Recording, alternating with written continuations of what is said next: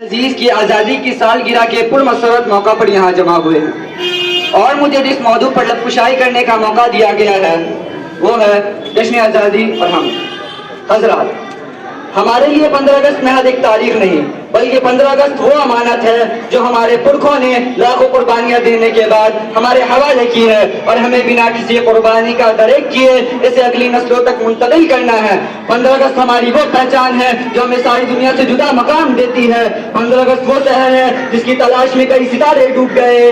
15 اگست وہ پیغام ہے جسے ہم تک پہنچانے کے لیے نہ جانے کتنے قاصد راستوں کی دھول ہو گئے, کتنے دل بجھ گئے اور کتنے اشک بے مول ہو گئے. ملا نہیں وطن پاک ہم کو تحفے میں, ملا نہیں وطن پاک ہم کو تحفے میں, جو لاکھوں دیپ بجھے ہیں تو یہ چراغ جلا.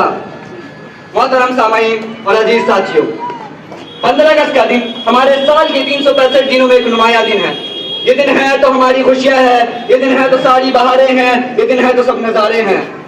ہماری زندگی, ہماری دلکشی, ہماری تازگی, ہماری روشنی, ہماری شاعری, ہماری موسیقی یا مصوری ہے, گویا سب کچھ ہے. وقت سے کوئی شکایت ہے نہ افلاک سے ہے, وقت سے کوئی شکایت ہے نہ افلاک سے ہے, یہی کیا کم ہے کہ نسبت مجھے اس خاک سے ہے. پیارے ساتھیوں, ہمارا ملک محض ایک ملک نہیں, یہ مولانا آزاد, مہاتما گاندھی اور پنڈت جواہر لال نہرو کی خوابوں کی تعبیر ہے. یہ مولانا حضرت موہانی کی جذبوں کی تصویر ہے جنہوں نے انقلاب زندہ باد کا نعرہ دیا تھا اور جس نعرے کو بلند کرتے ہوئے بھگت سنگھ تخت دار پر چڑھ گئے تھے.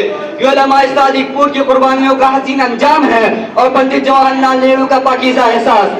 انہوں نے کہا تھا اگر ملک کے تمام حریت پسندوں کی وطن عزیز کی آزادی پور کی آزادی کی خدمات ترازو کے ایک پلڑے میں ڈال دی جائے تو صادق پوری علماء کا پلڑا بھاری ہوگا. گویا ہمارا ملک, ہماری سانس, ہمارا احساس اور ہماری احساس ہے. آزادی جیسے انمول تحفے کے لیے ہم اپنے رب کریم کا جتنا شکر ادا کریں کم ہے. باوقار مہمانان, آج کے دن ہمیں اپنے آباء و اجداد کی بے مثال قربانیوں کو خراج عقیدت پیش کرنا ہے اور اس بے پایا رحمت الہی پر سجدہ شکر بھی. ہمیں ان ماؤں کے بیٹوں کو خراج محبت پیش کرنا ہے جنہوں نے اس دیش کے چپے چپے گوشے گوشے سے یہ عہد کیا تھا کہ خون دل دے کے نکھاریں گے رخ برگے گلاب, خون دل دے کے نکھاریں گے رخ برگے گلاب. ہم نے گلشن کے تحفظ کی قسم کھائی ہے. ان دوستو, ہمیں پھر ابھرنا ہے اپنی آن بان کے خاطر, اپنی پہچان کے خاطر, اپنے پیارے ہندوستان کے خاطر. ہندوستان زندہ باد.